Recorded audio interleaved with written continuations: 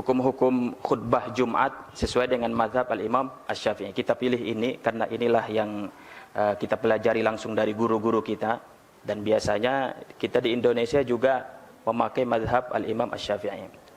Kita khutbah di kampung yang tidak paham bahasa Indonesia, ya. Ada Bapak ya, di daerah tuh tidak paham mereka bahasa Indonesia. Maka di situ justru dianjurkan berbahasa daerah. Ya. Atau di kampung mereka paham bahasa Indonesia tapi lebih familiar bahasa daerah, maka lebih baik pakai bahasa daerah. Ya. Sebanyak anak membaca Al-Quran di pondok ini kita mendapatkan pahala, sebanyak anak sholat di tempat ini kita mendapatkan pahala. Belum lagi di saat mereka menjadi ulama. Harapan kami pesantren terus berkembang, dan husnudzon kami akan berkembang. Maka dari itu kami ajak Anda, para perindu ridha Allah, ayo kita ikut andil dalam besarkan pesantren ini. Semoga dari pesantren keluar ulama-ulama penerus dakwah baginda Nabi. Amin. Maka jangan ragu untuk bergabung. Inilah orang cerdas. Kalau kita mengandalkan ibadah kita melakukan sholat sebanyak apapun sangat terbatas, ngaji Quran sangat terbatas. Tapi kalau kita ikut andil dalam program besar semacam ini, sebanyak anak membaca Al-Quran di pondok ini kita mendapatkan pahala, sebanyak anak sholat di tempat ini kita mendapatkan pahala. Belum lagi di saat mereka menjadi ulama. Inilah kerjaan orang-orang cerdas. Maka ayo menjadi cerdas hari ini. Jangan ragu, sisihkan rezeki Anda. Dan tidak cukup sampai di sini. Ajak orang lain. Kapan Anda mengajak orang lain, Anda mendapatkan pahala biarpun orang itu belum mengikuti ajakan Anda.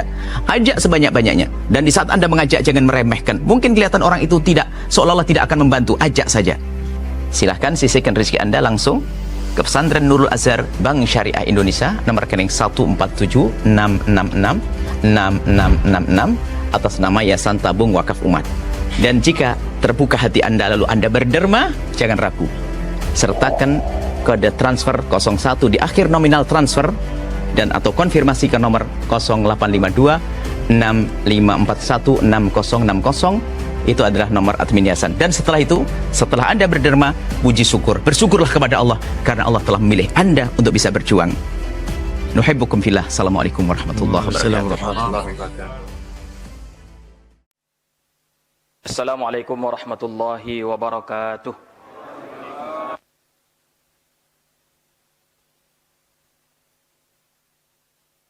Alhamdulillahi rabbil alamin, wa afdalus salati wa atamut taslim ala al-habibil mustafa sayyidi wa habibi wa maulaya Muhammadin wa ala alihi wa ashabihi wa man tabi'a sunnatahu ila yaumiddin. Amma ba'du. نوينا التعلم والتعليم والتذكر والتذكير والنفع والانتفاع والإفادة والاستفادة والحث على التمسك بكتاب الله وسنة رسوله صلى الله عليه وسلم والدعاء إلى الهدى والدلالة على الخير ابتغاء وجهه وثوابه وقربه سبحانه وتعالى. سبحانك لا علم لنا إلا ما علمتنا إنك أنت العليم الحكيم. Para asatidah, panitia yang sama-sama kita hormati, itu juga asatidah, ustadz, ustadzah, para peserta di pelatihan kali ini yang sama-sama kita hormati juga. Alhamdulillahirabbil alamin, kita memuji Allah Subhanahu wa taala dan bersyukur atas segala nikmat yang alhamdulillah sampai saat ini masih bisa kita nikmati, nikmat taufik, kemampuan untuk beribadah kepada Allah Subhanahu wa taala. Salawat dan salam senantiasa kita hadiahkan keharibaan Nabi besar Muhammad sallallahu alaihi wa ala alihi wa sahbihi wasallam dengan lafaz Allahumma salli wa sallim ala sayyidina Muhammadin wa ala alihi wa ashabihi ajma'in. Baik para asatidzah yang dimuliakan Allah Subhanahu wa taala, izinkan kami untuk menyampaikan materi fikih tentang khutbah Jumat, ya. Jadi ini temanya fikih khutbah Jumat. Dan ini murni materi Bapak, Ibu ya, tidak praktek. Kalau prakteknya saya rasa sudah sangat paham sekali kita di lapangan ya. Dan ini bisa dibilang mengulang kaji lah ya. Kalau yang sudah terbiasa khutbah, saya rasa ini hanya mengulang kaji. Ini saya kumpulkan dari beberapa referensi, dan yang paling banyaknya saya kumpulkan dari kitab namanya Al-Muqaddimah Al-Hadramiyah, atau syarahnya Bushrul Karim yang disyarah oleh Asy-Syaikh Sa'id Ba'ishin. Baik. Seperti yang kita nampak di layar, judulnya adalah Kamul Khutbah ala Madhabil Imam Syafi'i. Hukum-hukum khutbah Jumat sesuai dengan mazhab al-Imam Asy-Syafi'i. Kita pilih ini karena inilah yang kita pelajari langsung dari guru-guru kita, dan biasanya kita di Indonesia juga memakai mazhab al-Imam Asy-Syafi'i. Baik. Sebelumnya kita nanti yang akan kita bahas adalah murni fikih, ya, Ustadz Ustadzah semuanya, murni fikih. Dan yang dimaksud dengan fikih adalah ilmun bihukmin syar'iyyin amaliyyin muktasabun min dalilin tafsili. Jadi kalau dikatakan fikih maksudnya adalah pengetahuan tentang hukum syariat. Pengetahuan tentang hukum syariat, di mana hukum syariat itu diambil dari dalil. Jadi kalau dikatakan fikih berarti dia produk yang diambil dari dalil, hasilnya lah atau intinya. Maka kita di sini tidak ada berbicara dalil, Ustaz-ustazah semuanya ya. Karena kita pembahasannya fikih, kita tidak ada nanti berbicara tentang dalil. Karena kalau kita bicara dalil, itu sangat ribet sekali nanti. Harus ada dalalahnya pula, harus ada istidlalnya pula. Ya. Jadi sekali lagi kita buat kesepakatan di awal, ini nanti isinya murni hukum fikih. Saya kasih contoh nih, ya.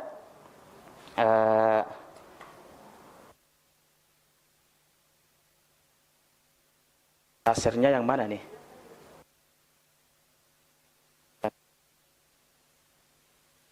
Ini.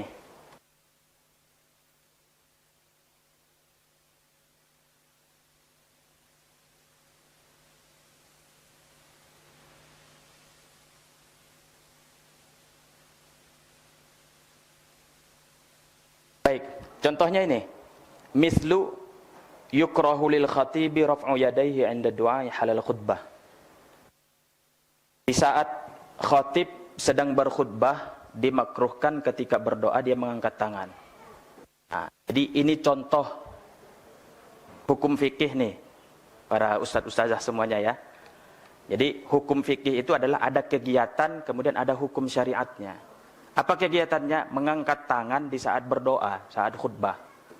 Apa hukumnya? Makruh. Jadi itu contoh fikih. Dan kita sepakat tadi tidak membicarakan dalilnya di sini ya. Baik. Dan yang akan kita bahas di sini ada 3 pokok pembahasan. Yang pertama tentang definisi sholat Jumat itu apa. Kemudian rukun dan syarat dari khutbah Jumat. Ini sholat Jumat secara umum. Kemudian rukun dan syarat khutbah Jumat, watawabi'uha, dan pelengkapnya nanti. Baik, langsung saja kepada definisi sholat Jumat. Apa yang dimaksud dengan sholat Jumat? Kalau kita ingin mendefinisikannya adalah al-Jum'atu raka'atani. Sholat Jumat itu maksudnya adalah sholat yang dilaksanakan 2 rakaat, tu'addayani waqtaz zuhri, yang dilakukan pada waktu zuhur, fil yaumil ma'ruf, di hari yang sudah lumrah, yaitu hari Jumat. Jadi salat 2 rakaat pada waktu zuhur di hari Jumat maksudnya. Baik. Menurut pendapat yang kuat di dalam madhab al-Imam Asy-Syafi'i, salat Jumat ini adalah salat tersendiri, bukan salat zuhur yang diringkas. Itulah al-qaulul jadidnya ya. Fatwa yang jadid dari al-Imam Asy-Syafi'i. Wa hiya salatun mustaqillah. Salat Jumat itu adalah salat tersendiri, bukan zuhur yang diqasar, bukan zuhur yang diringkas. Akan tetapi ada beberapa permasalahan nanti di salat Jumat yang dia hukumnya itu illahnya adalah karena dia mirip seperti salat zuhur. Ya, salat zuhur yang diqasar. Tapi tetap kalau ditanya apakah salat Jumat itu zuhur yang diqasar atau tidak? Tidak. dia adalah sholat tersendiri. Baik. Pada pembahasan sholat Jumat, ada syarat yang dijelaskan oleh para fuqaha, yaitu ayyataqaddamaha khutbatan. Sholat Jumat itu harus didahului 2 khutbah. Ya, ini wajib nih. Karena yang namanya syarat, berarti kalau tidak dipenuhi, maka sholat Jumatnya tidak sah. Baik, atau kewajibannya tidak terpenuhi. Ayyataqaddamaha khutbatan sahihatan, khutbah yang sahih bukan hanya sekedar khutbah saja, tapi harus sah. Makanya kita perlu tuh untuk mengetahui bagaimana supaya khutbah kita sah atau tidak. Kemudian mutawaffiratun fihima asyurutu wal arkan, rukun dan syarat-syaratnya terpenuhi. Maka seperti yang kita sebutkan tadi, pembahasan kita jadinya adalah syarat dan rukun khutbah. Ya. Kenapa perlu kita membahas tentang khutbah? Karena khutbah ini wajib pada sholat Jumat. Kenapa perlu kita membahas tentang rukun dan syaratnya? Karena rukun dan syarat ini wajib pada khutbah. Seperti itu kira-kira rentetannya ya. Baik. Secara umum, khutbah yang disyariatkan di dalam Islam itu bukan hanya sekedar khutbah Jumat saja. Ada beberapa khutbah yang lain yang disyariatkan. Di antaranya adalah seperti khutbah Jumat, kemudian khutbah Idul Fitr, sama-sama kita ketahui. Idul Adha, khutbah Idul Adha, kemudian gerhana matahari, bulan, istisqa, dan seterusnya. Ya, artinya banyak khutbah yang lain selain khutbah Jumat. Tapi kan kita pada hari ini fokusnya di khutbah Jumat. Baik. Berbicara tentang rukun dan syarat. Kalau kita ingin menghafalnya dengan secara ringkas, ini sudah diringkas oleh Syekh Ibnu As-Salan dalam Safwatuz Zubatnya. Jadi rukun dan syarat khutbah itu kita hitung para ustazah semuanya ya. Yang pertama al-qiyam, berdiri. Ini nanti ada rinciannya ya, berdiri bagi orang yang sanggup dan seterusnya, sama seperti sholat. Berdiri, kemudian wallahahmadi, memuji Allah, atau alhamdulillah. Alhamdulillah saja dibuat. Ini nomor 2. Kemudian wa ba'dahu salli ala Muhammadin. Setelah membaca alhamdulillah, membaca solawat. Berarti nomor 3. Nomor 3. Ya Ustaz Sumantri ya. Nomor 3 ya. Baik. Di kata wa ba'dahu, artinya setelahnya, setelah alhamdulillah, itu ada isyarat rukun yang keempat juga. Tapi ini menurut pendapat yang kuat bukan rukun.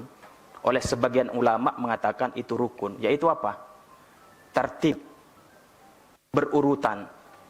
Jadi harus alhamdulillah dulu baru Allahumma sholli ala Muhammad. Jadi nomor 3 tadi sholawat. Dan ini kita hafal para ustadz-ustazah semuanya kata-katanya ya. Jadi harus alhamdulillah. Kemudian as-salah ala Muhammad. Tidak bisa hanya assalamu ala Muhammad. Ya, atau assalamu alaih, nanti akan kita bahas. Kemudian yang keempat, wal yusi bit taqwa, wasiat taqwa. Kalau ini tidak perlu secara persis seperti bahasanya, tidak harus usikum bitaqwallah. Boleh awil makna, boleh yang semakna dengan wasiat taqwa. Boleh dengan ati'ullah dan seterusnya. Contohnya kama nahwa ati'ullah fi kiltaihima. Nah, fi kiltaihima, jadi yang sebelumnya itu harus berada di 2 khutbah, khutbah pertama dan khutbah kedua. Berarti qiyam, berdiri, wajib di khutbah pertama dan kedua. Lagi, alhamdulillah wajib di khutbah pertama dan kedua. Allahumma sholli ala Muhammad wajib di khutbah pertama dan kedua. Kemudian usikum bitaqwallah itu wajib di khutbah pertama dan kedua. Baik. Kemudian wasatru, ini sama seperti salat, yaitu wajib menutup aurat. Ya, tidak boleh terbuka aurat bagi orang yang berkhutbah. Wal wila,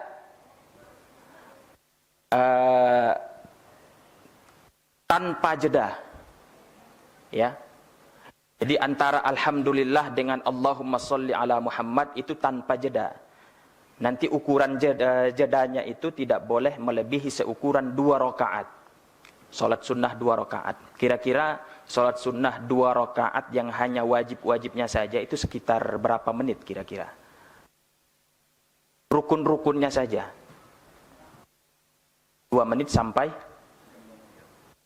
Sampai? Zat? Rukun-rukunnya saja.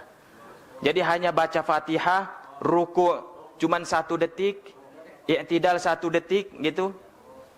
Ya. 1 menit ya. 2 menit. Oke, 1 menit setengah. Kita ada ambil tengahnya. Oke. Jadi jarak antara alhamdulillah dengan Allahumma sholli ala Muhammad tidak boleh lebih dari 1,5 menit. Ya. Jadi wal wila'u bainataini, dia harus tanpa jeda antara rukun-rukunnya dan juga antara 2 khutbah dan juga antara 2 khutbah dan salat. Nanti akan kita jelaskan juga nih. Baik. Wal wila'u bainataini wa baina ma shalla, ya. Bacaannya tuh. Wabit tuhraini, ya. Wabit tuhraini yaitu suci dari 2 hadas, ya, hadas kecil dan hadas besar. Kemudian suci dari najis, nanti akan kita jelaskan. Wa yatma'innu qa'idan bainahuma, duduk seukuran tumakninah antara 2 khutbah. Wa yagra'ul ayata fi ihdahuma, wajib membaca sepotong ayat baik di khutbah pertama atau khutbah kedua. Ini atau nih, boleh di khutbah pertama saja atau boleh di khutbah kedua saja. Kalau yang tadi kan yang di atasnya itu wajib di semuanya, di khutbah pertama dan khutbah kedua. Ayat nanti itu cukup di khutbah pertama saja atau di khutbah kedua. Fi ihdahuma, pada salah satunya. Kemudian wasbun doa, ada doa saniyatan lil mukminin, pada khutbah kedua untuk orang mukmin. Nah, wa hasanun takhsisuhu bisami'in, dan lebih afdal mengkhususkan doa tersebut bagi jamaah yang hadir. Nah, jadi kalau disimpulkan, inilah rukun dan syarat khutbah. Ya, sekali lagi kalau disimpulkan, inilah rukun dan syarat khutbah. Kalau kita hitung tadi dari berdiri sampai membaca doa, baru kita rincikan nanti. Oke, nah, kita rincikan. Tadi rukun khutbah yang pertama sebetulnya al-qiyam itu termasuk syarat, ya. Rukun yang pertama adalah alhamdulillah. Rukun khutbah setelah tadi kita simpulkan, kalau dirincikan lagi itu ada 5. Yang pertama adalah hamdulillah, memuji Allah, dan ini lafaznya harus alhamdu. Tidak boleh dengan lafaz as-sana. Tidak boleh dengan lafaz asyukru. Jadi boleh ahmadu, ya, alhamdu, apalagi nahmadu, ana hamidun, ya. Innal hamda, ya. Oke. Jadi harus alhamdu. Baru kemudian harus Allah. Harus lafzul jalalah pula. Tidak boleh nahmaduhu, ya, hamdunnya tuh disandarkan kepada dhamir, itu tidak boleh. Harus alhamdulillah, ahmadullah, nahmadullah, innal hamdalillah, ya. Nah, seperti itu. Jadi ini yang penting tuh, alhamdu dan Allah. Makanya di sini disebutkan fala yakfi nahu la ilaha illallah. La ilaha illallah itu tidak sah sebagai rukun khutbah. La ilaha illallah. Kemudian wala syukru lillah. Misalkan asyukru lillah wassalatu wassalamu ala Rasulillah, tidak sah. Harus alhamdulillah. Kemudian walal hamdu lirrahman. Alhamdulillahirrahman, alhamdulillahirrahim. Itu tidak sah. Harus alhamdulillah.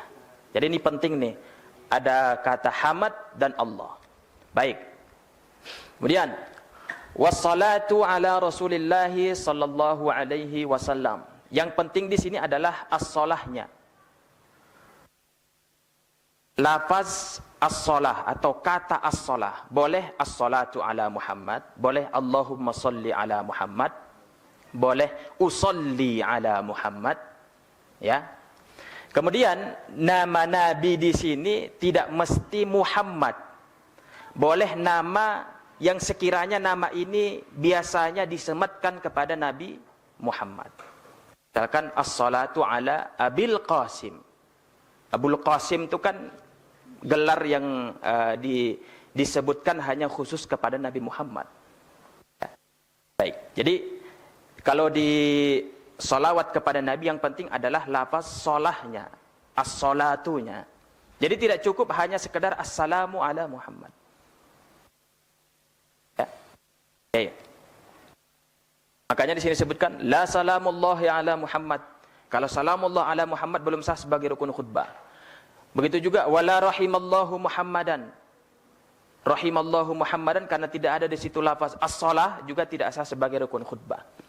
Wala sallallahu alaih. Ini ada lafaz salatnya, tapi nama Muhammadnya tidak disebutkan. Ada dhamir saja di situ dibuat. Nah, kadang ada beberapa kita temukan, mungkin khatibnya lupa membaca solawat yang lengkap itu, Allahumma salli ala Sayyidina Muhammad wa ala ali Sayyidina Muhammad, ya. Tapi di isi khutbahnya sering beliau membaca solawat, tapi bunyi solawatnya sallallahu alaihi wasallam.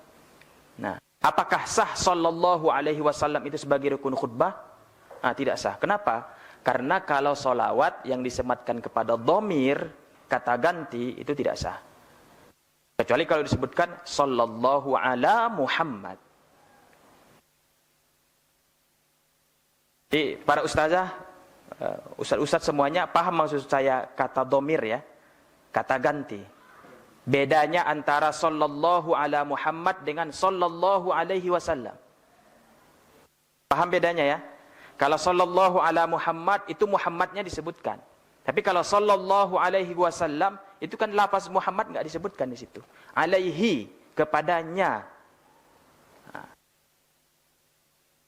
Karena tidak disebutkan nama Muhammadnya di situ makanya belum sah sebagai rukun khutbah. Baik. Jadi itu rukun yang kedua. Yang ketiga, al-wasiyatu bitaqwa, seperti yang saya sebutkan tadi, al-wasiyatu bitaqwa ini yang penting ada anjuran untuk mengajak kebaikan dan melarang keburukan. Ya. Ati'ullah, ittaqullah.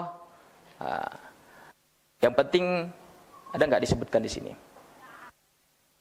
Ini di sini. Bal la budda minal hassi 'ala ta'ah, ada motivasi untuk mengajak kepada ketaatan. Kemudian wazajari 'anil ma'siyah, melarang kemaksiatan. Ya. Jadi itu inti mengajak kepada takwa, mengajak kepada kebaikan dan juga menghindar dari keburukan. Baik, seperti yang kita sebutkan tadi, wa tajibu hadhihi salasatu fi kullin minal khutbatain, masing-masing dari alhamdulillah, Allahumma shalli ala Muhammad, kemudian ittaqullah, itu harus ada di khutbah pertama dan khutbah kedua. Kalau di khutbah pertama misalkan ada salah satu yang tinggal, maka tidak sah khutbahnya. Atau di khutbah kedua ada salah satu yang tinggal, maka tidak sah khutbahnya. Ya. Misalkan di khutbah pertama ada yang tinggal rukun, di khutbah kedua tapi lengkap, maka harus ditambah satu khutbah lagi. Ya. Jadi nggak apa-apa nampaknya kayak 3 khutbah. Kenapa? Karena khutbah yang pertama tidak dihitung. Ya. Wa tajibu hadhihi salasatu fi kulli minal khutbatain. Lalu rukun yang keempat, ar-rabi'u qira'atu ayatin mufhimah. Membaca satu ayat, satu potongan ayat. Ya, sebetulnya di sini ada khilaf antara Ibnu Hajar dan Romli, tapi yang penting ayatnya itu adalah mufhimah, bisa dipahami. Meskipun tidak lengkap satu ayat, tapi kalau sudah ada di situ subjek dan predikatnya, ya, ada musnad dan musnad ilaihnya, itu sudah cukup. Artinya ayat yang bisa dipahami. Nah, jadi kalau cuma baca Yasin, ya, itu kan belum bisa dipahami ya. Wal Qur'anil Hakim, itu juga sepertinya belum bisa dipahami, belum lengkap dia ya. Oke. Jadi membaca satu ayat yang bisa dipahami. Ya. Biasanya oleh khatib itu membaca ayat yang ini nih. Sebetulnya yang disunnahkan tuh tusannu qiraatu Qaf. Surah Qaf. Siapa yang mengamalkan ini? Surah Qaf keseluruhan dari awal sampai akhir. Saya belum pernah ada menemukan yang mengamalkan itu. Bahkan di tempat yang terbiasa mereka mengamalkan sunnah dalam mazhab Syafi'i pun tidak pernah mendengar khatibnya membaca surah Qaf dari awal sampai akhir. Oke. Kalau misalkan tidak bisa membaca surah Qaf secara penuh, maka boleh membaca ayat ini. Qara'a ya ayyuhalladzina amanu taqullaha wa qulu qawlan sadida yuslih lakum a'malakum wa yaghfir lakum dzunubakum wa may yuti'illaha wa rasulahu faqad faza fawzan 'azima. Jadi satu ayat itu dibaca di khutbah pertama atau di khutbah kedua atau di dua-duanya lebih baik. Oke. Jadi kalau yang bacaan ayat yang mufhimah yang bisa dipahami ini cukup di salah satu dari dua khutbah. Oke, kemudian yang kelima, ma yaqa'u alaihi ismud du'a lil mu'minil mu'minat. Ada doa untuk kemaslahatan orang mukmin dan mukmin laki-laki ataupun perempuan. Ya, secara umum atau secara khusus. Makanya kan di khutbah kedua itu wajib sebetulnya khatib itu mendoakan Allahumma ighfir lana walil mu'minina wal mu'minat. Allahumma ighfir lana walil mu'minina wal mu'minat. Nah, itu wajib tuh. Baik. Khususan kal hadirin. Mukminin dan mukminat secara khusus seperti orang yang hadir Jumat saja atau umuman atau secara umum. Semua orang mukmin yang dia maksudkan atau orang mukmin yang hadir Jumat saja. Baik, tapi malam yurid jami'a dzunubihim. Ini penting nih. Kita sering berdoa Bapak, Ibu ya. Allahumma ighfir lana dzunubana walil muslimina wal muslimat. Ya Allah, ampunilah dosa kami dan dosa kaum muslimin dan muslimat. Ketika kita berdoa seperti itu, apakah niat kita maksudnya supaya Allah mengampuni semua dosanya? Semua orang Islam, kita niatnya supaya Allah ampuni semua dosa mereka? Atau hanya sejumlah dosanya? Jadi kan dalam bahasa Indonesia pun ya, kita bisa memahami itu. Sejumlah santri bermain bola dengan semua santri bermain bola. Paham bedanya tuh Ustaz Akram ya? Ya. Seluruh santri bermain bola atau sejumlah santri bermain bola. Itu maksudnya adalah ya santri, ada beberapa santri yang main bola, tidak harus semuanya. Tapi kalau dikatakan semua santri main bola berarti santri dari A sampai Z itu masuk ke lapangan. Nah, jadi ketika kita berdoa Allahumma ighfir lana dzunubana walil mu'minina wal mu'minat, apakah niat kita itu supaya Allah mengampuni semua dosa kaum muslimin dan muslimat dari A sampai Z sampai betul-betul kosong atau tidak? Selama ini bagaimana? Semuanya? Jadi ini yang perlu dikhawatirkan tuh. Karena Allah Subhanahu wa taala itu sudah memberitahu kita bahwa di antara kaum muslimin itu ada yang dimasukkan ke dalam api neraka karena ada dosa yang tidak diampuni. Ya. Jadi kalau kita berdoa seperti itu berarti ingin menyalahi berita yang Allah sampaikan itu. Itu tidak boleh. Ya. Jadi sekali lagi tidak boleh kita di dalam berdoa Allahumma ighfir lana dzunubana walil muslimina wal muslimat kita niatkan supaya semua dosa kaum muslimin di dunia ini diampuni oleh Allah taala. Jadi yang kita niatkan di situ adalah sejumlah dosanya, bukan semua dosanya.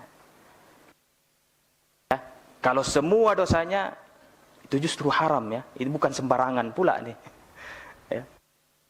Jadi malam yurid jami'a dzunubihim fayahrum. Kalau dia niatkan dalam berdoa itu adalah supaya diampuni semua dosa kaum muslimin, maka itu hukumnya adalah haram. Sama seperti di sholat pun, ya Bapak Ibu, kalau kita berdoa, biasanya ada amalan yang diajarkan oleh guru-guru kita, kan, ghairil maghdubi alaihim waladdallin, antara waladdallin dan amin kan dianjurkan untuk berdoa ya. Allahumma ighfir lana walil muslimina wal muslimat. Gitu ya. Nah, jadi kalau kita lafazkan doa itu dengan niat supaya dosa kaum muslimin semuanya diampuni, maka batal sholat. Ya. Kenapa? Karena itu yang haram. Zikir yang haram, yang tidak diperbolehkan, itu tidak boleh dibawa ke sholat. Kalaupun doanya, lafaznya nampaknya bagus. Allahumma ighfir lana walil muslimina wal muslimat. Lafaznya kan bagus. Tapi dikarenakan niatnya yang salah, maka tidak boleh dibawa ke sholat. Oke. Jadi, mendoakan kaum muslimin dan muslimat dari sejumlah dosa mereka itu wajib dibacakan oleh si khatib di khutbah kedua. Ini khusus di khutbah kedua ya. Kalau dia membacanya di khutbah pertama ya, maka doa tersebut belum dianggap sebagai rukun, harus dia tambah lagi di khutbah kedua. Oke. Baru masuk ke syarat. Rukun dan syarat itu semuanya sebetulnya sama-sama wajib. Ya, perbedaannya ada yang sebelum, ada yang saat pelaksanaan. Ada yang sebelum kemudian di saat pelaksanaan juga, ada yang di saat pelaksanaannya saja. Baik. Syartuha, syarat-syarat dari khutbah yang pertama seperti yang kita sampaikan tadi, al-qiyam fihi ma liman qadara alaihi. Harus dalam kondisi berdiri. Ya, tidak boleh dalam kondisi berbaring. Ya, kecuali kalau misalkan dia tidak sanggup kecuali berbaring. Atau tidak sanggup kecuali duduk.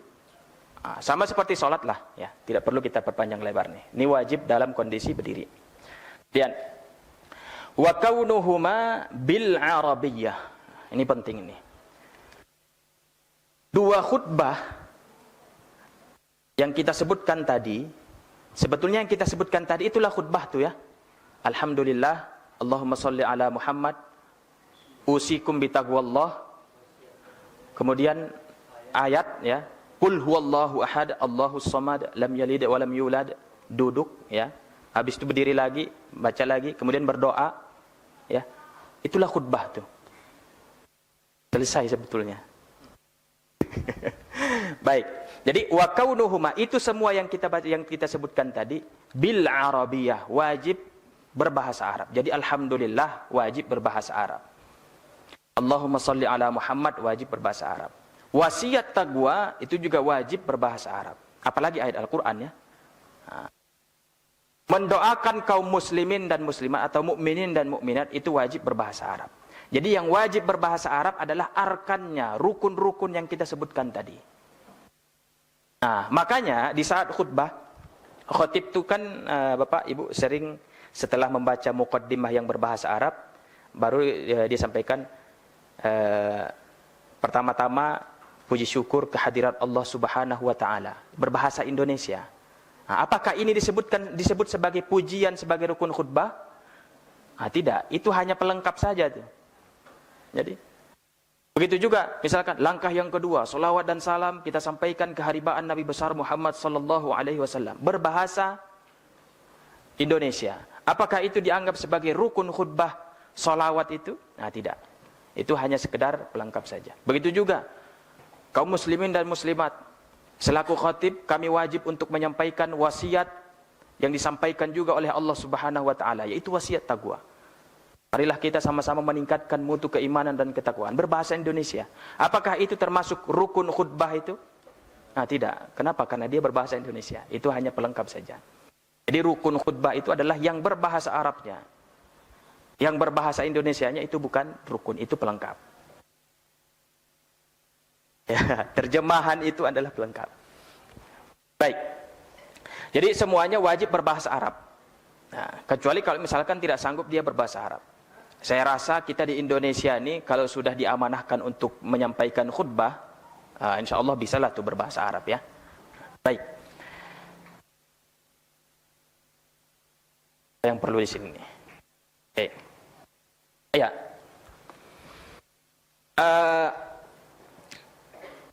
isi khutbah yang berbahasa Indonesia, kita katakan tadi itu bukan rukun. Ya.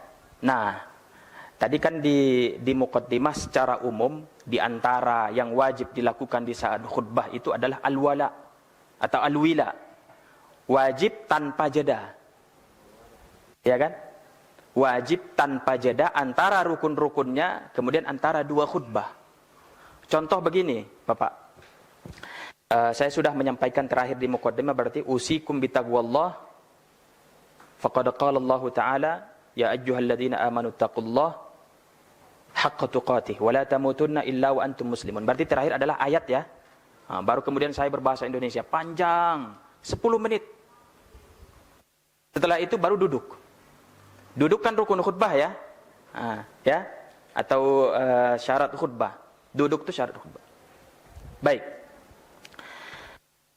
Ya, apakah antara bacaan ayat dengan duduk, itu kan rukun ya, yang 10 menit, itu dianggap sebagai penghalang wala atau wila tadi? Atau bisa membatalkan khutbah enggak? Itulah istilahnya. Jadi bahasa Indonesia yang panjang itu bisa membatalkan khutbah apa tidak? Jadi di sini ada perbedaan pendapat antara para ulama nih. Makanya Bapak, Ibu, di beberapa masjid ada kita temukan tuh pengurusnya menyampaikan begini, kalau berkhutbah setelah muqaddimah yang berbahasa Arab, kemudian sampaikan isi khutbah, kemudian diulangi lagi rukun khutbahnya. Ada menemukan seperti itu? Ustaz? Ada ya? Kenapa? Karena mereka menganggap bahwa khutbah yang isinya berbahasa Indonesia itu menghalangi kesahan khutbah karena ada jeda antara dua rukun khutbah. Wila yang tadi ya mualah. Wila sama mualah itu satu istiqaq yang sama ya. Makanya di Aceh saya rasa itu diamalkan tuh, ya Ustaz ya. Jadi harus diulang rukun khutbahnya. Dan inilah sebetulnya pendapat yang kuat di dalam mazhab Syafi'iyah. Tapi di antara ashabul hawashi ya, dari kalangan mazhab Syafi'i juga mengatakan, termasuk yang Syekh Al-Qurdi, ini saya kutip dari Syekh Al-Qurdi, Ahmad Sulaiman Al-Qurdi. Apa kata beliau? Qauluhu bil arabiyyah, khutbah itu wajib berbahasa Arab, rukun-rukunnya saja. Duna ma'adaha, yang selain rukun tidak diwajibkan untuk berbahasa Arab. Jadi isi khutbah yang kalau pesannya misalkan apa momen kita saat ini nih, Isra Mi'raj ya, momennya adalah Isra Mi'raj, haruskah dia berbahasa Arab? Tidak ya. Duna ma'adaha, kalau yang isi khutbah itu tidak mesti berbahasa Arab. Ibnu Qasim Al-Abbadi ya, ini salah satu ashabul hawashi dari kalangan mazhab Syafi'i, menjelaskan bahwa sesuatu yang bukan rukun ya, kalaupun tanpa Arabiyah, la yakunu mani'an minal mualah, itu tidak menghalangi mualah, artinya tidak membatalkan khutbah. Jadi boleh saja isi Isra Mi'rajnya 10 menit ya, muqaddimahnya tadi di awal taruhlah 2 menit, isi Isra Mi'rajnya 10 menit, kemudian dilanjutkan dengan duduk atau khutbah kedua. Jadi jeda antara rukun pertama atau rukun pertama dengan rukun kedua itu kan sampai 10 menit. Apakah itu menghalangi mualah? Tidak. Ya. Tapi kalau kita sebagai khatib di lapangan ya, tentunya kalau misalkan pengurus menyampaikan seperti itu ya tidak masalah, kita amalkan ya. Jadi kalau pengurus mengatakan harus diulang lagi muqaddimah khutbah yang berbahasa Arab, maka silahkan diulang. Dan sebetulnya itu lebih baik. Ya. Baik. Baik. Wa kaunuhuma ba'da zawal. Khutbah itu harus dilaksanakan setelah tergelincir matahari. Artinya setelah masuk waktu zuhur. Ya. Maksud dari khutbah di sini adalah lafaz alhamdulillahnya. Jadi kalau misalkan khatib naik mimbar nih, baru dia ingin menyampaikan khutbah, alhamdulillahirabbil alamin, padahal waktu zuhur belum masuk. Tidak sah khutbahnya. Ya. Jadi ketika dia mengucapkan alhamdulillahirabbil alamin atau muqaddimah khutbahnya, itu waktu zuhur sudah masuk.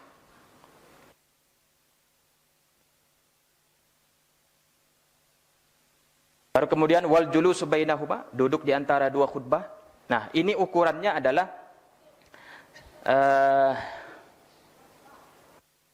di sini disebutkan.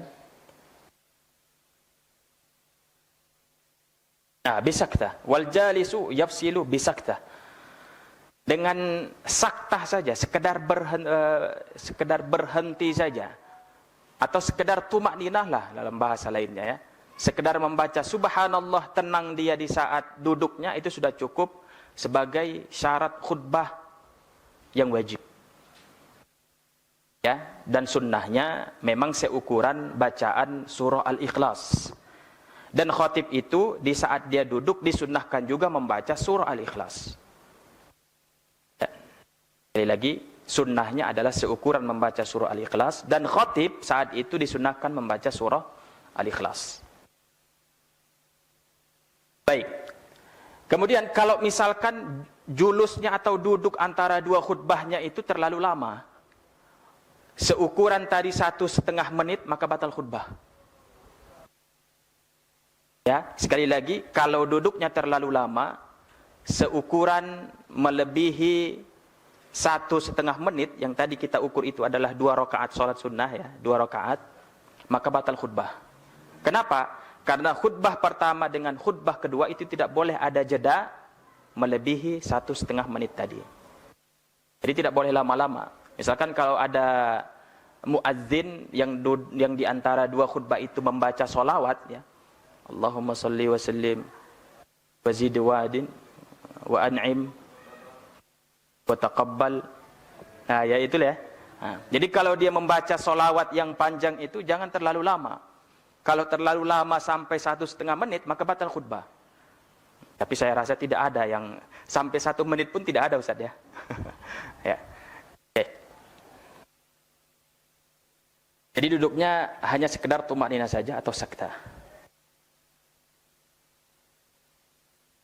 Ya, di sini ada nih sebutkan waqal julusi bainahuma, minimal julusnya duduknya adalah biqadari tumak nina fi shalah, seukuran subhanallah, taruhlah misalkan 2 detik, itu sudah cukup. Wa akmaluhu, sempurnanya biqadari suratul ikhlas ya, dengan seukuran bacaan qul huwallahu ahad dan seterusnya. Wa ayyaqra'aha fi, dan disunnahkan membaca surah al-ikhlas itu. Syarat yang selanjutnya, yang kelima adalah isma'ul adadil ladzi tan'aqidu bihil jum'ah li arkaniha, memperdengarkan rukun khutbah kepada jamaah yang jamaah tersebut merupakan syarat sahnya Jumat. Nah, kan syarat sah Jumat kalau kita kembali ke pangkal, dia harus laki-laki ya. Ya, harus laki-laki, kemudian yang dewasa 40 orang ya, yang bukan budak ya. Kemudian yang mustautin, bertempat tinggal tetap di daerah itu. Contoh kita orang Palas lah nih, warga asli Palas ya, laki-laki dewasa, dan kita yang 40 itulah yang mensahkan Jumat. Sebagai khatib itu wajib memperdengarkan rukun khutbah kepada mereka. Kalau misalkan di satu masjid itu ada 40 orang ya, suara khatibnya ini terlalu pelan sehingga yang mendengar hanya seukuran 10 orang saja, maka tidak sah khutbah ya. Jadi rukun khutbah itu harus diperdengarkan kepada 40 orang, yang 40 orang inilah mensahkan sholat Jumatnya. Oke. Maka di sini ada permasalahan begini, bagaimana kalau misalkan di antara 40 orang itu, mohon maaf, ada yang tunarungu lah namanya ya, tunarungu ya, yang tidak bisa mendengar. Ya saya? Oke. Jadi ada 5 orang atau 1 orang saja yang tunarungu. Ini jamaahnya cuma 40, 1 orang saja yang tunarungu, maka tidak sah khutbahnya. Ya, oke. Masalah yang sering terjadi yang seperti ini nih, ya. 40 orang, 1 orang ketiduran. Nah.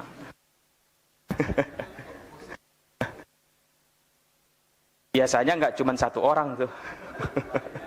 Kalau 40 orang jamaahnya 39.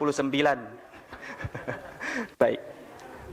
Aneh pula ya, lezat sekali rasanya tidur di saat khutbah tuh ya Bapak ya.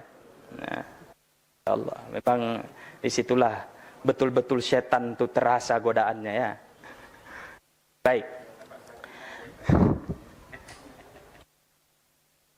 Ya, ini oleh Syekh Ba'isin menjelaskan, kalau misalkan jamaahnya cuma 40 orang, salah satu dari mereka ada yang ketiduran, maka tidak sah Jumat.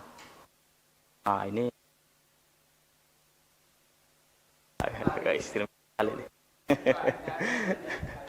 baik. Tapi oleh sebagian ashabul hawashi, lagi-lagi ashabul hawashi, kalau tidak salah termasuk Syekh Abdul Hamid Asyirwani, mengatakan bahwa kalau cuman ketiduran itu tidak sampai membatalkan khutbah. Ya. Jadi ada 40 orang, kemudian ada sebagian yang tidur, maka itu tidak sampai membatalkan khutbah. Oke. Kecuali kalau misalkan dalam satu masjid itu jamaahnya sampai ratusan. Kemudian ada 40 orang yang tidur, kan masih ada 60 orang lagi yang bangun kan. Ya. Jadi setidaknya ada jamaah yang mendengarkan rukun, yang mendengar rukun khutbah yang bisa mensahkan Jumat. Kalau pendapat yang kuat dalam mazhab kita kan 40 orang. Nah, kecuali kalau misalkan kita mengikuti pendapat lagi yang cukup hanya sekedar 4 atau 8 orang atau 12 orang. Kan banyak sebetulnya pendapat di situ. Berapa orang sebetulnya wajib, ya supaya orang wajib Jumat tuh. Kita tidak membahas itu, kita fokus kepada khutbahnya. Baik, tapi ini yang penting. Khatib itu wajib memperdengarkan rukun khutbah kepada jamaah. Jadi kalau misalkan di saat khutbah mati lampu, nih, ya, mati lampu nih, nggak kedengaran lagi kan? Kebetulan pula mimbarnya tinggi sekali. Contoh di mimbar Masjid Nur itu kan lumayan tinggi tuh, Ustaz ya. Ya. Saya rasa kalau misalkan mati lampu, ya, itu harus ekstra sekali kita tuh mengeluarkan suara. Oke, jadi walau bil quwwah, jadi harus betul-betul kita kuatkan suara supaya jamaah itu mendengarkan rukunnya. Dan yang wajib didengarkan itu hanya rukunnya saja. Yang wajib didengarkan itu adalah rukunnya saja. Adapun isi khutbahnya tadi seperti tema Isra Mi'rajnya, ya, khatibnya sendiri pun yang mendengar itu sudah cukup. Baik. Ini tadi wal muwalatu bainahuma. Antara rukun-rukun khutbah itu antara alhamdu dengan Allahumma sholli ala Muhammad, kemudian khutbah pertama dengan khutbah kedua, kemudian antara khutbah dan salat, ya, itu harus tidak boleh ada jeda. Jedanya tadi kita ukur 1,5 menit. Jadi duduknya tidak boleh melebihi 1,5 menit. Kemudian kalau sudah iqamah atau sudah selesai khutbah kedua biasanya berakhir di mana tuh? Waladzikrullahi akbar, ya kan? Khutbah kedua. Waladzikrullahi akbar. Turun khatib tuh dan disunnahkan juga dia segera turun, ya. Kalau misalkan ada lagi pengumuman, nah ini nih yang repot nih. Pengumuman dari pengurus. Ya, Ustaz? Macam-macam lah tuh ya. Antara khutbah kedua dengan sholat. Kalau panjang jedanya, maka batal sholat. Batal khutbahnya. Tidak sah sholat Jumat. Jadi, dari khutbah kedua dengan sholat, itu wajib segera. Tidak boleh ada jeda melebihi atau sampai 1,5 menit tadi. Oke. Nah, kemudian wa taharatul hadatsain. Ya, harus suci dari 2 hadas, hadas kecil dan hadas besar. Ya, ini saya rasa paham kita semua ini. Harus dalam kondisi berwudu. Jadi khatib itu harus dalam keadaan berwudu. Oke, khatib itu tidak boleh dalam kondisi, mohon maaf, junub. Nah, ini parah sekali nih kalau misalkan ada khatib sedang junub pula. Nah, lupa dia mandi wajib. Baik. Wa taharatul khabas, harus bersih dari najis. Sama seperti bersih dari najis di saat kita sholat. Di saat sholat, Bapak, Ibu, apa saja yang harus bersih dari najis? Badan, pakaian, tempat. Nah, ya betul. Badan, pakaian, dan tempat harus bersih dari najis. Nah, badan saya rasa aman lah tuh. Pakaian, nah ini nanti akan kita bahas. Tempat, jadi tempat itu harus, tempat duduknya harus dia pastikan tuh. Takutnya nanti, mohon maaf, ada kotoran cicak yang lagi basah pula dia duduki, ya. Nah, jadi masalah. Nah, bukan hanya dia saja yang tidak sah, orang lain pun tidak sah. Ya, jadi harus betul-betul dia perhatikan kebersihan tempatnya. Nah, pakaian.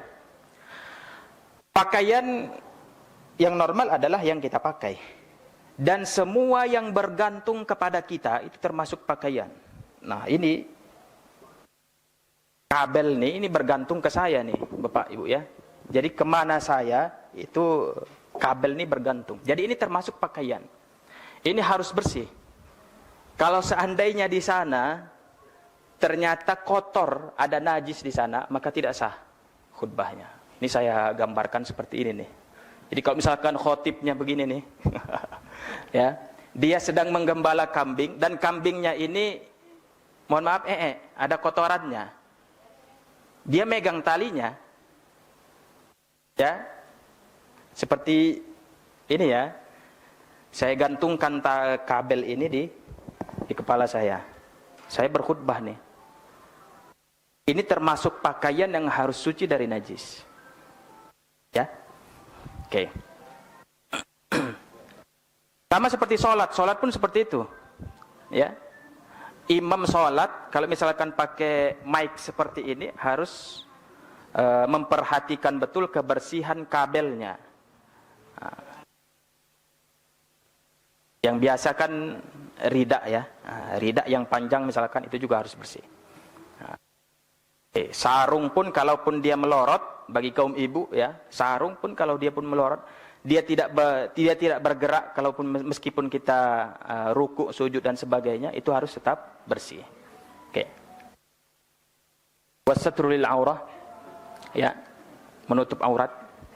Ya, menutup aurat saya rasa paham kita semua. Jadi kalau misalkan khotibnya ada bolong sedikit ya, ada bolong sedikit yang sekiranya nampak auratnya, maka tidak sah khutbahnya, ditutup dulu. Dengan apapun penutupnya. Ya.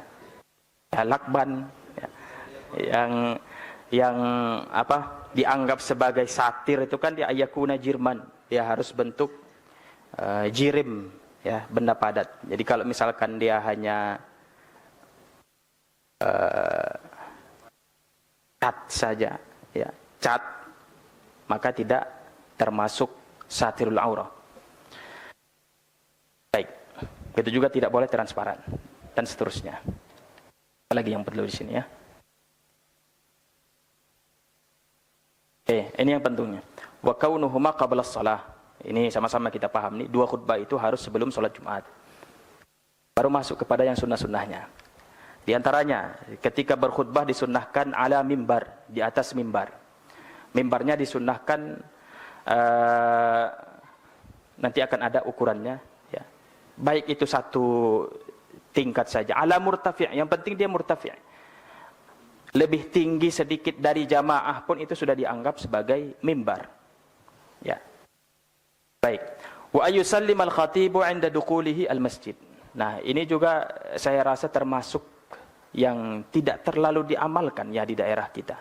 Khatib itu ketika masuk masjid itu disunnahkan untuk memberi salam kepada orang yang ada di masjid. Ya.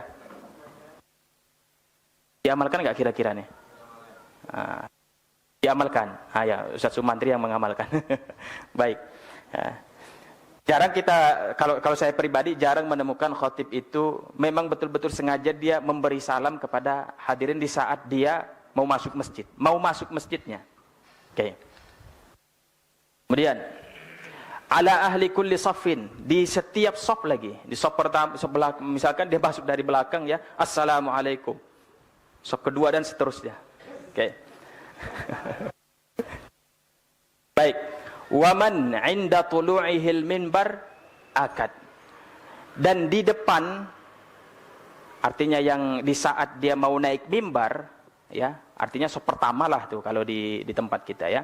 Itu lebih dikuatkan lagi kesunahan untuk memberi salam kepada mereka. Ini sebelum naik mimbar ya. Jadi masih di bawah nih. Masih di bawah, Assalamualaikum warahmatullahi wabarakatuh. Lagi-lagi yang seperti ini belum pernah saya lihat ini diamalkan. Baik. Baru wa ayyusallima aidan idza aqbala alaihim. Baru setelah dia naik, nah inilah yang diamalkan kan. Setelah dia naik kemudian menghadap jamaah baru mengucapkan salam sebelum dia duduk ya. Oke. Kemudian wa ayyajlisa 'alal mustarah halatal adzan. Duduk di tempat duduk di saat adzan. Nah, seperti inilah. Ini jadi satu tingkat saja tangganya itu sudah cukup sebagai mimbar. Ini gambaran mimbarnya Nabi sallallahu alaihi wasallam. Jadi ada 3 tingkat tuh.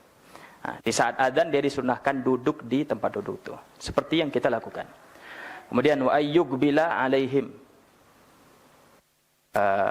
Menghadap jamaah. Artinya di sini dia justru disunahkan untuk membelakangi kiblah ya. Nah, dia lebih dianjurkan untuk menghadap jamaah.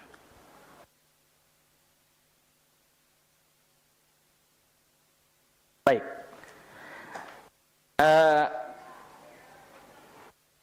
Mungkin ada tradisi di tempat kita, saya rasa di Palas juga seperti itu, membaca ayat innallaha wa malaikatahu yusholluna 'alan nabi ya ayyuhalladzina amanu shallu 'alaihi wa sallimu taslima ya.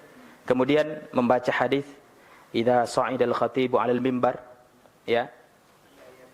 Fala yatakallam wa man takallama faqad lagha. Dan seterusnya ya. Jadi membaca ayat dan membaca hadis itu oleh Syekh Ibnu Hajar, ini Tuhfah maksudnya Ibnu Hajar atau Ar-Ramli di Nihayatul Muhtaj, itu hukumnya adalah bid'ah hasanah. Memang tidak ada dicontohkan oleh Nabi sallallahu alaihi wasallam, tapi itu baik ya. Kalau baik, apa salahnya kalau kita amalkan? Kenapa dia dianggap baik? Idz fihi targhibun lis-salati alaihi sallallahu alaihi wasallam. Karena di situ kan ada motivasi untuk supaya kita memperbanyak salawat. Innallaha wa malaikatahu yusholluna 'alan nabi. Ya. Makanya kan setelah membaca ayat itu kita pasti membaca selawat juga kan? Baik. Wa tahdzirum minal kalam. Di situ ada wanti-wanti supaya jamaah itu jangan berbicara di saat khatib sedang berkhutbah dan seterusnya. Baik. Jadi tidak masalah kita amalkan ini. Innallaha wa malaikatahu yusholluna 'alan nabi, kemudian dibaca hadisnya. Kemudian wa antakunal khutbatu balighah. Khutbahnya itu harus dengan bahasa sastra atau bahasa yang mudah dipahami. Ya, jangan pula kita khutbah di kampung yang tidak paham bahasa Indonesia. Ya, ada Bapak ya, di daerah tuh tidak paham mereka bahasa Indonesia. Maka di situ justru dianjurkan berbahasa daerah. Ya, atau di kampung mereka paham bahasa Indonesia tapi lebih familiar bahasa daerah. Maka lebih baik pakai bahasa daerah, ya. Antakunal khutbatu balighah, mudah dipahami, ya. Sama mafhumah juga bisa dipahami, jangan pakai bahasa planet ya. Baik. Qasirah, khutbahnya singkat. Nah, sebetulnya singkat ini relatif ya. Makanya oleh Syekh Ba'ishin menjelaskan takbir yang bagus itu mutawassithah, pertengahannya, tidak terlalu singkat dan juga tidak terlalu panjang kalau dibandingkan dengan sholatnya. Ini sholatnya pendek sekali, tapi khutbahnya sampai 20 menit. Sholatnya 5 menit, khutbahnya 20 menit. Itu kan sudah nampak sekali perbedaannya ya. Oke.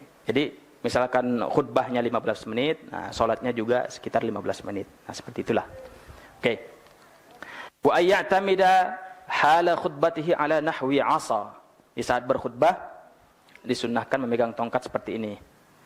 Di sebelah kiri, tongkatnya di sebelah kiri dan disunnahkan tangan kanannya itu ke mimbar bagian kanan. Ya.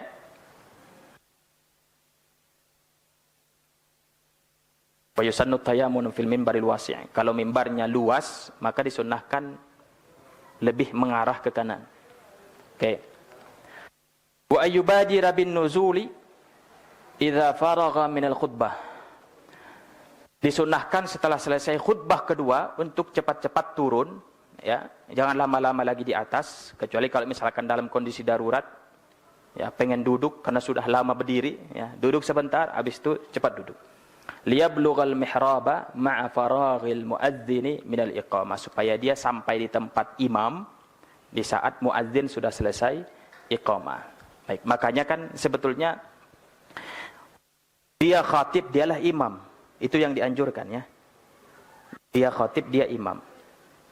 Ini mungkin salah satu juga yang tidak diamalkan di tempat kita, karena khatib dan imam berbeda.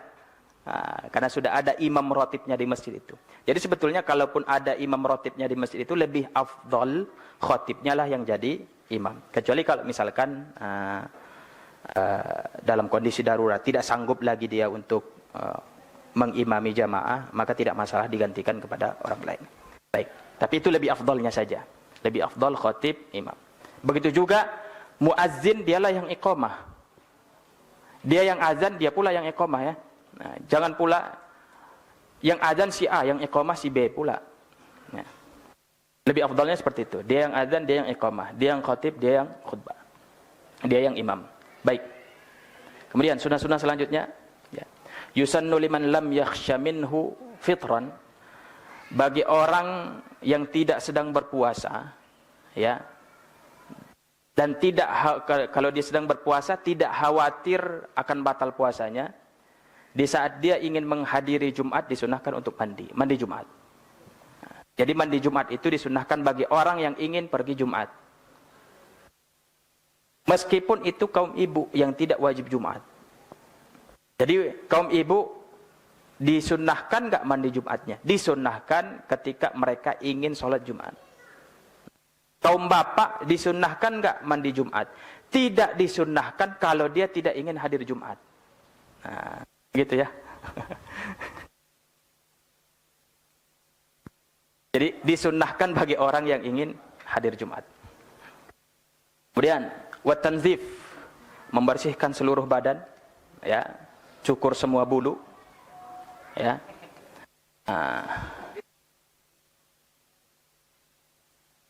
Apa saja nih yang ini? Watanzif bihalqi rajulin ghairi muhrimin.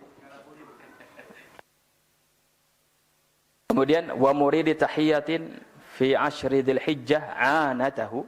Mohon maaf, yang perlu dibersihkan adalah bagian bulu kemaluan, ya, laki-laki dan perempuan sama. Wa natfu ibtihi, ya, mencabut bulu ketiak, ya. Wasiwak, sikat gigi.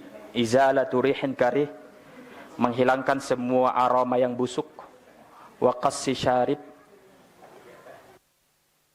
syarib, menggunting kumis. Wa taglimi dhufri yadayhi wa rijlaihi, menggunting kuku, tangan dan kaki, ya. Wa yukrahu min ahadihima bighairi udhrin. Makruh kalau misalkan di saat dia menggunting kuku, hanya kuku tangan kanan saja, kuku tangan kiri enggak.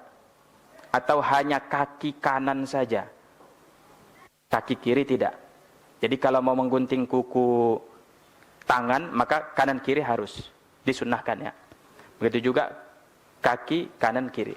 Oke. Sama seperti di saat kita memakai sandal kan dimakruhkan sebelah saja, ya, Pak. Baik. Wal afdalu fit taglim, dan yang lebih afdal di saat menggunting kuku, ini ada rumusnya disebutkan oleh para ulama, yaitu dengan rumus khawabis au khasab. Khawabis au khasab. Pernah dengar itu, Ustaz? Rumus dalam menggunting kuku tangan, ya. Khawabis dimulai dari huruf kha, yaitu al-khinsar, yang sebelah kanan. Yang sebelah kanan sekali lagi rumusnya adalah khawabis. Dimulai dari huruf kha, yaitu al-khinsar, kelingking. Nah, dan kita kan di saat menggunting kuku itu dianjurkan supaya tidak berurutan. Ya, ada jarak-jaraknya. Jadi setelah kha huruf waw yaitu al-wusta, jari tengah. Ya, jadi tidak langsung jari manis. Kalau jari manis namanya kan berurutan tuh kan. Oke, jadi huruf kha al-khinsar, al-wusta jari tengah. Kemudian dilanjutkan, kira-kira setelah itu huruf apa? Alif atau hamzah, al-ibham, ibu jari. Ya. Khawa bis huruf ba al-binsar kembali ke jari manis, diakhiri dengan huruf sin yaitu as-sababah, ya, jari telunjuk. Sekali lagi rumusnya yang tangan kanan adalah khawabis, kha waw hamzah atau alif ba sin. Yang penting kita tahu awalnya saja, kelingking, habis itu buat dia tidak berurut. Pasti jari tengah, kemudian ibu jari, kemudian jari manis, diakhiri dengan telunjuk. Baik. Kalau tangan kiri rumusnya adalah au khasab. Au khasab. Diawali dengan huruf hamzah. Hamzah tadi apa? Al-ibham, ibu jari. Ibham, ibu jari. Kemudian huruf waw, al-wusta, jari tengah. Kemudian khawa, au kha, al-khinsar, kelingking. Sab, huruf sin, yaitu as-sababah, telunjuk, diakhiri dengan huruf ba, yaitu al-binsar atau ibu jari, jari manis. Ya, jari manis. Nah, sekali lagi yang penting awalnya saja, biar tahu kita. Awalnya kalau tangan kanan itu diawali dengan kelingking. Kalau tangan kiri diawali dengan ibu jari. Baik. Jadi itu yang disunahkan ya, menggunting bulu-bulu tadi, membersihkan bulu-bulu, kemudian menggunting kuku. Nah, di sini disebutkan oleh Syekh Bashin, wa kharaja bil 'anati wal ibti ar-ra'su. Disunnahkan enggak di hari Jumat kita potong rambut? Nah, apa kata beliau? Ini tidak disunnahkan. Fala yusannu halquhu. Tidak disunnahkan menggunting rambut atau memotong rambut kecuali illa linusukin, kalau dia tahallul ihram, haji atau umrah. Jadi kalau ditanya kapan kita disunnahkan gunting atau botak, ya, gunting rambut atau botak rambut. Nah, di sini nih, di saat tahallul ihram, haji atau umrah, satu. Kemudian wa mauludin, bayi yang baru lahir, ya, laki-laki dan perempuan disunahkan untuk digunting atau dibotak rambutnya, ya. Wa kafirin aslama, ya, non muslim yang masuk Islam, mu'allaf, itu disunahkan untuk mandi kalau dia belum dewasa. Kalau sudah dewasa hukumnya wajib justru, ya. Oke. Kemudian wa man syaqqa alaihi baqa'uhu. Kalau misalkan gatal rambutnya, ya, gerah rasanya, nah, maka disunahkan juga dia untuk gunting atau potong rambut. Wa yubahu fi ma ada dzalik. Di selain itu hukumnya adalah mubah. Jadi yang disunahkan tuh di tempat-tempat yang ini nih.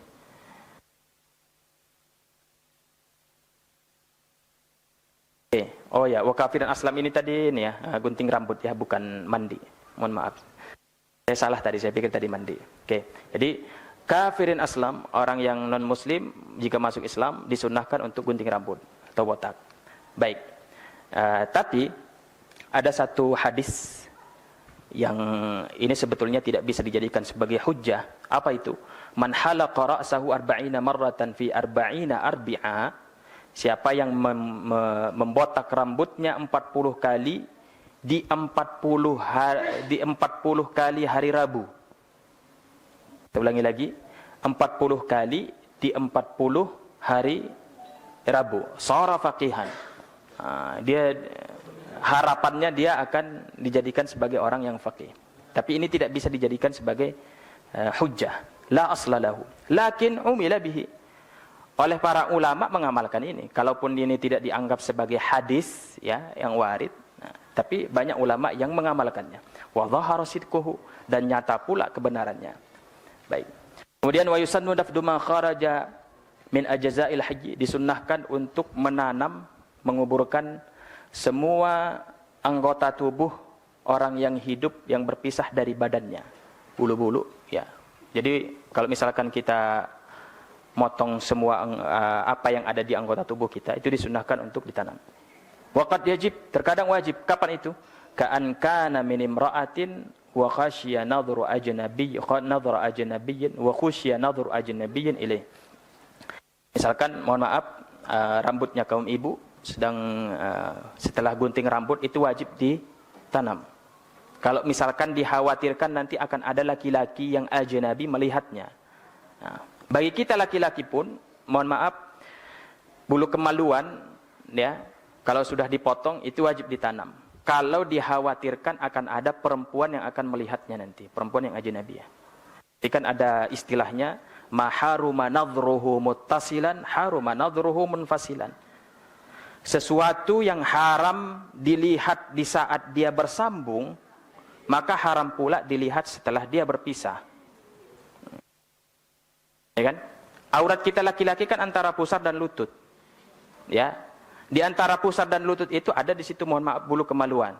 Jadi kalau melihat bulu kemaluan itu kan hukumnya haram, ya. Nah, orang lain, ya. Itu hukumnya haram. Oke, setelah dipotong kan sudah berpisah tuh. Nah, jadi bersambung dengan berpisah itu sama, maka wajib ditanam. Oke. Gak ada yang beda, ya.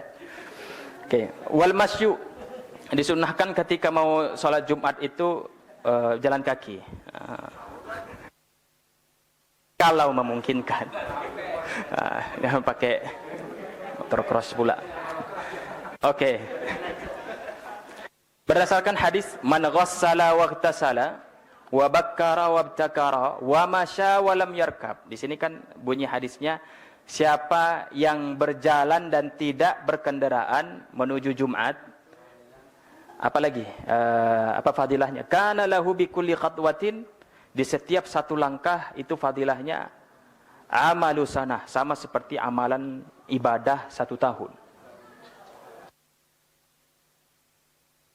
Nah, yang ibadahnya itu merupakan puasa dan qiyam. Nah, jadi setiap satu langkah pahalanya sangat luar biasa kalau jalan kaki. Ya, kita berharap juga ketika naik motor, setiap satu putaran roda pahalanya seperti itu juga. Ya. Baik. Di sini kan bunyi hadisnya man ghassala. Nah, apa makna dari ghassala ini? Apakah hanya mandi biasa saja? Siapa yang mandi Jumat? Nah, kemudian iktasala, apa bedanya? Iktasala mandi biasa, ghassala artinya apa? Oke, makna ghassala qila dalam satu qaul artinya adalah jama'a halilatahu fa'alja'aha ilal ghusli. Makanya ada istilahnya maljum, ya. Bagi yang sudah menikah, ya saya, bagi yang sudah menikah di hari Jumat disunahkan untuk perhubungan suami istri.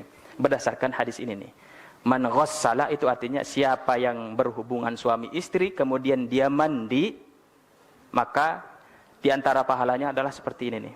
Nah, ya.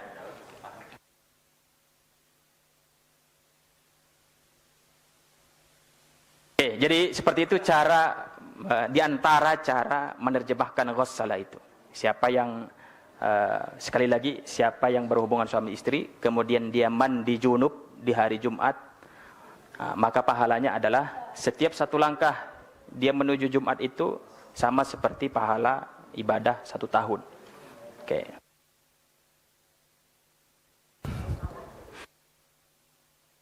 Oke. Kemudian wal insatu fil khutbah, disunnahkan di saat khutbah bagi jamaah, ini bagi jamaah nih, bukan bagi kita khatib, untuk menyimak betul isi khutbahnya. Yang dimaksud dengan isi khutbah di sini adalah isi khutbah yang sunnah. Isi khutbah yang sunnah oleh para jamaah disunnahkan untuk menyimaknya. Adapun rukun khutbahnya itu diwajibkan bagi jamaah untuk menyimaknya. Jadi pahami, ya? Jadi dibedakan antara isi khutbah yang sunnah dengan isi khutbah yang wajib atau rukun. Kalau rukun oleh jamaah wajib menyimaknya. Isinya oleh jamaah disunnahkan untuk menyimaknya. Dan ini bisa jadi termasuk salah satu pendapat yang hanya mazhab Syafi'i saja yang mengatakan sunnah. Kalau di mazhab lain, semua jamaah itu wajib diam dari awal sampai akhir, menyimak. Kalau di mazhab kita kan berbicara di saat khutbah itu hukumnya makruh. Kalau tidak di saat penyampaian rukun, ya. Kalau di saat penyampaian rukun itu hukumnya haram.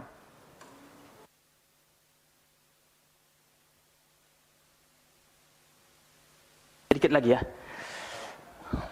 Ini salawat nih, siapa yang di saat khutbah, misalkan khatibnya mengucapkan nama Nabi Muhammad, maka kita yang mendengar disunahkan untuk membaca salawat. Kemudian, wa yahrumut tasyaghul ba'dal adzanis tsani. Setelah azan kedua di hari Jumat, maka semua aktivitas bagi orang yang wajib Jumat itu diharamkan. Semua aktivitas, bukan hanya jual beli saja. Ya, kecuali kalau aktivitas untuk menuju Jumat. Ya. Bagi orang yang wajib Jumat setelah azan kedua di hari Jumat itu haram untuk melakukan seluruh kegiatan. Bahkan termasuk kegiatan ibadah. Sudah azan kedua dia mau mengqadha salat subuhnya tadi. Ya itu ibadah kan, ibadah wajib pula. Nah, tidak boleh. Yang diperbolehkan hanya tahiyatul masjid saja setelah azan kedua. Misalkan kita masuk ke masjid sudah azan kedua, ya, khatib sedang berkhutbah atau sedang azan, ya, maka kita diperbolehkan untuk tahiyatul masjid. Tahiyatul masjid atau qabliyah Jum'ah kalau kita belum melakukannya. Kita dalam mazhab Syafi'i kan ada qabliyah Jum'ah. Ya. Qabliyah Jum'ah atau tahiyatul masjid digabung di saat kita masuk ke masjid dan khatib sudah naik ke mimbar atau azan kedua. Baik. Pertanyaannya, kalau misalkan begini, Bapak, Ibu. Ya, bagi kita kaum bapak nih yang biasa nih. Kita terlambat masuk ke masjid. Muadzin sedang azan. Khatib sedang duduk berarti ya. Khatib sudah naik mimbar, duduk, kemudian muadzin sedang azan. Mana lebih afdal? Kita berdiri menunggu azan, ya, atau langsung sholat sunnah tahiyatul masjid? Biasa yang kita lakukan apa? Langsung tahiyatul masjid artinya tidak menjawab azan, atau tunggu dulu? Ya, kita bacakan ini fatwanya nih. Baik, Aftah Ahmaduz Zahabi ini dinukil oleh Syekh Al-Habib Abdurrahman di Bughyatul Mustarsyidinnya. Aftal Ahmadu Az-Zahabi Al-Bassal bi anna man dakhala halata adhanil khutbah, siapa yang masuk di saat adzan khutbah, annal aula lahu ay yusalli at-tahiyyah, lebih afdal dia langsung salat sunnah tahiyah. Tidak perlu menjawab azan. Kenapa? Karena memperdengarkan khutbah atau mendengarkan rukun khutbah itu lebih afdal daripada menjawab azan. Ya kan? Oke. Tapi waqala Abu Syukal, dan inilah yang dikuatkan oleh mayoritas ulama ya dalam mazhab Syafi'i. La'allal aula al-wuquf. Lebih afdal sebetulnya berdiri dulu jawab azan ya, kemudian setelah selesai azan baru salat sunnah tahiyatul masjid. Ya. Okay. Jadi boleh kita langsung tahiyatul masjid atau menunggu selesai azan dulu baru salat sunnah tahiyatul masjid. Baik. Ini enggak usah lah. Ini yang terakhir nih. Setelah selesai sholat Jumat, lagi-lagi ini salah satu mungkin yang tidak diamalkan di daerah kita. Apa itu? Membaca al-musabbi'at namanya, atau al-musabba'at. Al-Fatihah 7 kali, Al-Ikhlas 7 kali, Al-Mu'awwidhatain 7 kali, ya, sebelum meluruskan kaki setelah selesai sholat Jumat. Kita biasanya kan yang kita amalkan langsung tahlil ya di daerah kita ya. Oke. Nah, jadi kalau misalkan ada satu masjid yang kita mungkin bisa mengamalkan seperti ini, ya silahkan diamalkan. Ya. Oke. Begitu juga Allahumma ya Ghani ya Hamid ya Mubdi'u ya Mu'id ya Rahimu ya Wadud aghnini bihalalika an haramik wa bi ta'atika am ma'siyatik amman siwak wa bi fadlika amman siwak wa bi ta'atika am ma'siyatik. Oke. Syekh Asy-Syarqawi menjelaskan man wadhaba alaihi arba'a marratin, siapa yang membaca ini sebanyak 4 kali, ma'a ma taqaddama, bersama ini al-musabba'at ini, ya, siapa yang membaca doa ini 4 kali dan juga bersama doa yang bacaan yang tadi yang 77 kali. Aghnahullah, mudah-mudahan Allah memberikan dia rezeki yang banyak. Wa razaqahu min haitsu la yahtasib wa ghafara lahu ma taqaddama wa ma ta'akhkhar wa hafidha lahu dinahu wa dunyahu wa ahlahu wa waladah ila akhirih. Baik. Kita tutup sampai di sini materinya, yaitu dengan doa. Allahumma ya ghaniyyu ya hamid, ya mubdi'u ya mu'id, ya rahimu ya wadud, aghnini bihalalika an haramik wa bifadlika amman siwak wa bi ta'atika am ma'siyatik. Oke, wassallallahu wasallam ala nabiyyina Muhammad wa ala alihi washabihi ajma'in. Alhamdulillahirabbil alamin. Masih ada waktu untuk pertanyaan? Baik, silakan. Ustaz. Waalaikumsalam.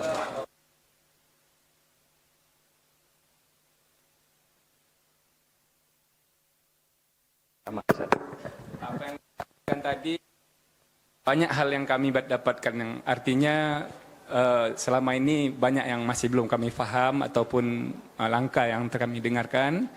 Jadi salah satunya juga tadi mengenai mu'alah tadi Ustaz ya, yang artinya mu'alah, yang bersifat tidak boleh diputus dengan kata-kata ataupun dengan kegiatan yang sifatnya di antara satu rukun itu bersambung. Nah, kalaulah terjadi hal seperti itu Ustaz, apakah kita ada zuhur atau bagaimana Ustaz? Karena kalau di sebagian daerah di Aceh itu terjadi misalnya kita khutbah tadi dengan tidak mu'alat tadi kan, itu para imam di sana itu diulangi zuhur, ada. Dan juga ada juga sebagian memang tidak seperti itu, yang seperti yang Ustaz sampaikan tadi ada dua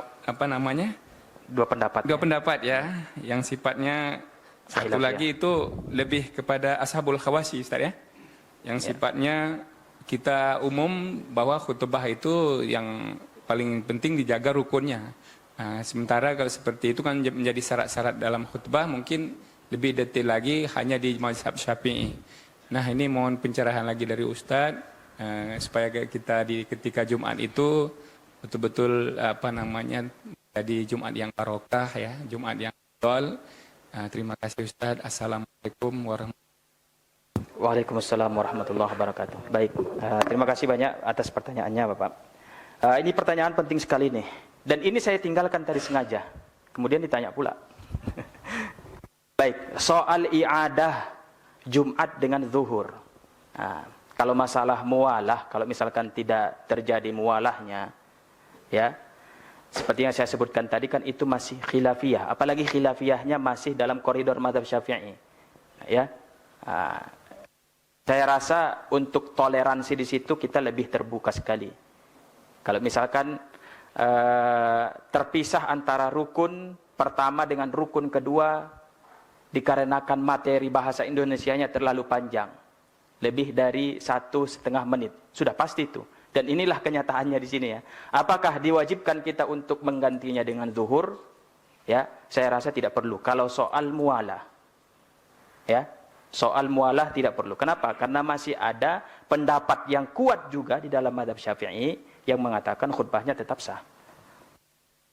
Jadi, tema yang berbahasa Indonesia tidak sampai memutuskan rukun khutbah. Kecuali kalau masih mau berpegang betul terhadap pendapat yang mengatakan itu memutuskan mualahnya. Nah, maka silahkan untuk pribadi. Baik. Yang jadi masalah itu kalau misalkan alhamdulillahnya yang tertinggal. Atau tidak sah. Dia muqaddimahnya nahmaduka ya man awdahta lana subulal hidayah. Begitu kan? Jadi nahmaduka ya man awdahta lana subulal hidayah. Ada alhamdulillah tapi Allahnya tidak ada. Bagaimana khutbahnya itu? Nah, tidak sah. Ya. Kalau sudah selesai sholat Jumat, maka disunnahkan untuk menggantinya dengan zuhur. Ini kita bacakan. Ya. Wa qad sarraha a'immatuna imam-imam madhab menjelaskan bahwa imam-imam dalam madhab binadbi i'adati kulli salatin, kesunnahan mengulang setiap salat, waqa'a khilafun fi sihhatiha, yang ada khilafiyah tentang kesahannya. Jadi kan kalau misalkan dia tidak membaca khutbahnya itu dengan alhamdulillah, ada alhamdulillah dengan Allah, maka tidak sahkan sholatnya atau khutbahnya. Karena ada di situ khilafiyah dengan mazhab lain. Ya. Kalau di mazhab lain yang penting di situ ada pujian, itu sudah cukup. Ya. Karena ada khilafiyah di situ, maka disunnahkan untuk mengulangnya dengan sholat zuhur. Dan saya waktu di pondok beberapa kali terjadi yang seperti ini, Ustaz ya. Karena kita santri ya, biasalah terjadi kesalahan karena grogi mungkin ya. Ada yang ketinggalan sholawatnya, ada yang ketinggalan wasiat taqwanya yang berbahasa Arab, ya. Maka setelah selesai sholat itu guru-guru kita mengajak untuk mengulang kembali dengan sholat zuhur. Jadi kalau sholat Jumatnya itu kira-kira ada khilafiyah tentang kesahannya, ada yang mengatakan itu tidak sah, maka sebaiknya diulang dengan sholat zuhur. Termasuk juga misalkan kita di satu kampung tuh itu cuma 30 orang, tapi mau mengadakan Jumat. Oke, kita mengikut pendapat yang mengatakan boleh Jumat kalaupun hanya 30 orang. Tapi kan ada pendapat yang mengatakan itu tidak sah Jumatnya. Maka sebaiknya diulang dengan zuhur. Jadi seperti itu kira-kira tentang mengulang sholat Jumat dengan zuhur. Mudah-mudahan terjawab.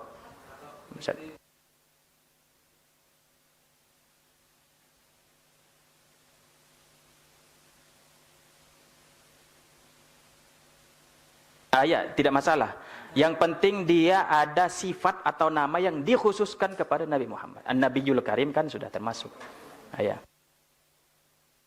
Ya, Ustaz ya? Silakan, Ustaz. Ya. Ya, sebelum dilanjutkan pertanyaan. Ya, boleh. Oke. Nah, silakan, Ustaz. Terima kasih. Assalamualaikum warahmatullahi wabarakatuh. Waalaikumsalam. Masya Allah, Ustaz, yang jadi pengalaman atau jadi kerisauan kita hari ini tentang jamaah kita ketika khutbah dimulai masih berserakan, Ustaz. Yang pertama itu ya rata-rata tidak penuh, sementara mereka mengambil saf yang paling belakang. Artinya jamaah itu berserak-serak tuh. Jadi apakah menjadi sah atau tidaknya sholat Jumat mereka sementara khutbah tetap berlangsung dan posisi saf masih berserakan, dan bagaimana upaya kita? Hari ini juga kita lihat sudah mulai tren mereka orang lagi khutbah mereka setting HP. Jadi siapa yang bertanggung jawab itu, Ustaz? Apakah khatib atau pengurus masjid? Yang tidak kalah pentingnya pengalaman kita juga satu masjid yang ramai anak-anak, Ustaz. Jadi sepanjang kita khutbah itu, sepanjang itulah suara anak-anak yang lari sana, lari sini, lompat sana, lompat sini. Lalu bagaimana sakralnya khutbah yang sedang kita lakukan? Terima kasih, Ustaz. Assalamualaikum warahmatullahi wabarakatuh. Waalaikumsalam warahmatullahi wabarakatuh. Terima kasih, Ustaz. Ini panjang pertanyaannya. Ini ada beberapa poin yang perlu dijelaskan sebetulnya. Tidak dapat saya tadi apa saja poin-poinnya. Kita usahakan untuk menjawab pertanyaannya. Pertama tadi, kalau misalkan jamaah yang di masjid, yang berada di dalam masjid itu berserakan ya, tapi ada diperkirakan 40 orang di antara mereka yang mendengarkan rukun khutbah, kalau ditanya sah apa tidak sholatnya, sah. Jadi tidak disyaratkan di saat mendengarkan rukun khutbah itu, jamaahnya harus berada di saf pertama atau rapi safnya, atau bahkan tidak disyaratkan harus dalam masjid. Contoh, yang dalam masjid baru 10 orang, Ustaz ya. 30 orang ada di toilet. Tapi mereka mendengarkan rukun khutbah, maka sah khutbahnya. Kalau kita menanyakan sah atau tidaknya ya. Cuman kan yang lebih afdolnya, ya siapa yang datang duluan ke masjid, maka carilah saf yang paling depan. Ya. Makanya kan ada kesunahan khusus juga tadi yang tidak kita bacakan di Jumat ini, yaitu al-mubadarah, cepat-cepat atau buru-buru ke masjid di saat hari Jumat. Ya, siapa yang lebih cepat dia yang akan mendapatkan pahala yang lebih besar. Siapa yang paling lambat dia akan mendapatkan pahala yang lebih kecil dari ukuran onta ya, kalau tidak salah, onta atau sapi sampai ke telur. Siapa yang lebih cepat dia akan dapat seukuran sapi atau onta. Siapa yang paling lambat dia akan dapat seukuran telur. Itu kalau sebelum Jumat. Yang jadi masalah dia datangnya setelah azan kedua pula. Telur pun tak dapat lagi itu. Baik. Jadi al-mubadarah itu, buru-buru ke masjid itu disunnahkan bagi jamaah. Tapi bagi imam atau khatib itu dianjurkan untuk lambat. Ini pula sunnah yang tidak diamalkan di Pekanbaru nih. Biasanya khatib pula yang nunggu ya Ustaz ya. Ya. Jadi seharusnya khatib itu dia datang di saat waktu khutbah. Bukan sebelum zuhur atau sebelum Jumat. Bukan khatibnya yang menunggu, tapi jamaahnya harusnya yang menunggu ya. Baik. Ya. Jadi itu tanggung jawab siapa? Ya tanggung jawab kita bersama, Bapak ya. Tanggung jawab khatib juga dan juga tanggung jawab kita semua sebagai pendakwah ya. Kita semua ini pendakwah. Baik. Insyaallah terjawab ya. Ada lagi?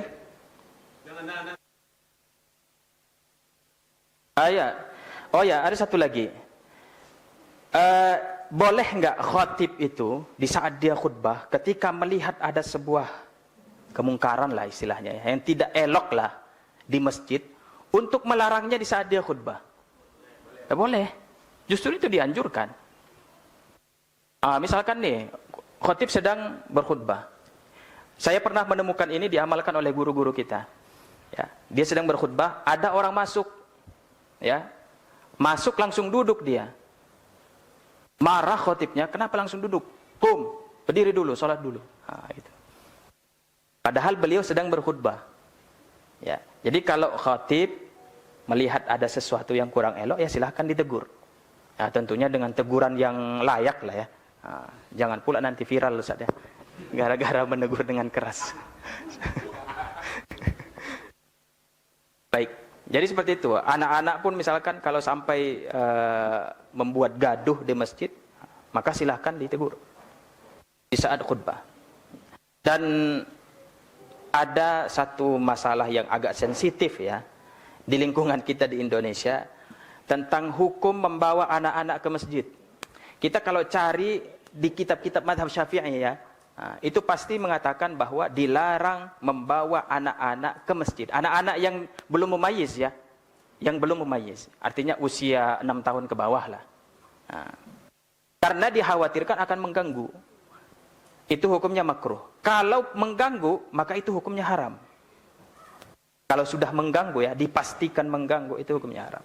Jadi bagaimana cara melatihnya? Ya silahkan latih di rumah. Atau sesekali dibawa di saat kondisi masjid tidak sedang ramai. Jadi seperti itu ketentuan hukumnya kalau di dalam mazhab Asy-Syafi'i tentang hukum membawa anak-anak ke masjid. Jadi anak-anak yang boleh dibawa ke masjid itu adalah anak-anak yang sudah mumayyiz.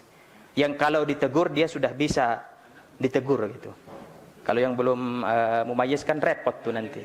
Dia nangis kita tegur tambah nangis dia.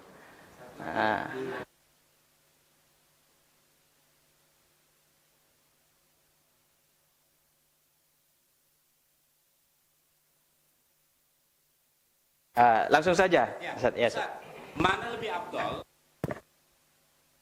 Mana lebih afdol khutbah dengan teks atau tanpa teks? Itu aja, Ustaz. Mana lebih afdol? Khutbah dengan membaca teks atau tanpa teks? Ya. Pakai teks atau tanpa teks gitu ya? Saya tidak menemukan redaksi di dalam kitab mazhab Syafi'i mana lebih afdol teks atau tidak. Wallahu alam. Ya, kalau saya pribadi ya tergantung kondisi kita, mana yang lebih nyaman rasanya. Ya.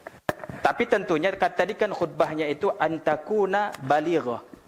Harus bisa dipahami dan mafhumah. Ya, harus bisa dipahami. Kalau dengan membaca teks jadinya orang tidak paham, kan hanya sekedar membaca saja, itu tidak dianjurkan. Ya, sudah. Oke, jadi kalau secara khusus tanpa teks atau dengan teks, Allahu alam. Baik. Ada tadi di saat mau berkhutbah dia membaca bismillah. Ya saja, bismillah, kemudian alhamdulillah. Maka ini termasuk hal yang makruh ya. Jadi kullu amrin dzibalin la yubda'u fihi bi bismillahirrahmanirrahim fa huwa aqta.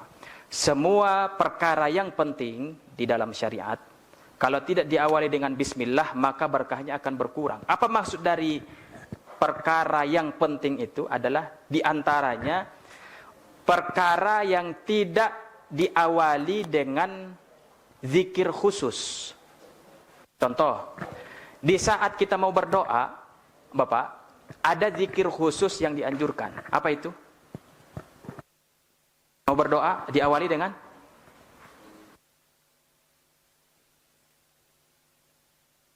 doa. Sebelum sholawat, apa? Alhamdulillah. Ya, jadi sebelum berdoa itu tidak dianjurkan membaca Bismillahirrahmanirrahim. Ya, sebelum berdoa itu tidak dianjurkan untuk membaca Bismillahirrahmanirrahim. Jadi langsung Alhamdulillahirrabbilalamin dan baca sholawat dan seterusnya. Kalau dia baca Bismillah pun sebetulnya tidak masalah ya. Cuman tidak dianjurkan saja. Oke, jadi itu satu. Khutbah ada zikir yang sudah ditentukan muqaddimahnya atau awalnya zikirnya. Apa itu? Alhamdulillah tadi. Maka tidak dianjurkan membaca Bismillahirrahmanirrahim sebelum Alhamdulillah. Seperti itu. Jadi semua rangkaian zikir yang sudah ditentukan awalnya dengan zikir tertentu atau dengan lafaz tertentu, tidak dianjurkan sebelumnya membaca Bismillah. Salat juga seperti itu. Salat lafaznya yang dianjurkan pertama kali adalah Allahu Akbar. Maka tidak perlu Bismillahirrahmanirrahim di awal. Ini mungkin agak jarang kita dengar nih ya. Jadi seperti itu dijelaskan oleh para fuqaha dalam mazhab Syafi'i dalam menafsirkan hadis yang tadi. Kullu amrin dzibalin la yubda'u fihi bi bismillahirrahmanirrahim. Jadi tidak semua perkara itu harus diawali dengan bismillah. Dan terkait membaca bismillah sebelum khutbah, sebelum alhamdulillah, itu banyak dijelaskan oleh ulama-ulama kita tentang kemakruhannya. Kita cukupkan sampai di sini. Terima kasih atas segala perhatiannya. Mohon maaf sekali kalau ada kesalahan dan kekhilafan. Sekali lagi mudah-mudahan apa yang kita sampaikan ini merupakan sarana untuk mendatangkan keberkahan untuk kita semua ya. Dan sebetulnya yang terpenting dalam khutbah ini bukan materinya ya. Yang pertama sebelum materinya jadwalnya dulu ya. Baik, kalau urusan jadwal kita ada beberapa ustadz-ustadz yang Masya Allah lincah sekali untuk mendapatkan jadwal itu. Silahkan kita hubungi saja. Di antaranya mungkin siapa? Ustadz Hanafi atau Ustadz Tengku Jubri namanya. Baik, kita juga sampai di sini. Terima kasih atas segala perhatian. Wassalamualaikum warahmatullahi wabarakatuh. Waalaikumsalam warahmatullahi wabarakatuh.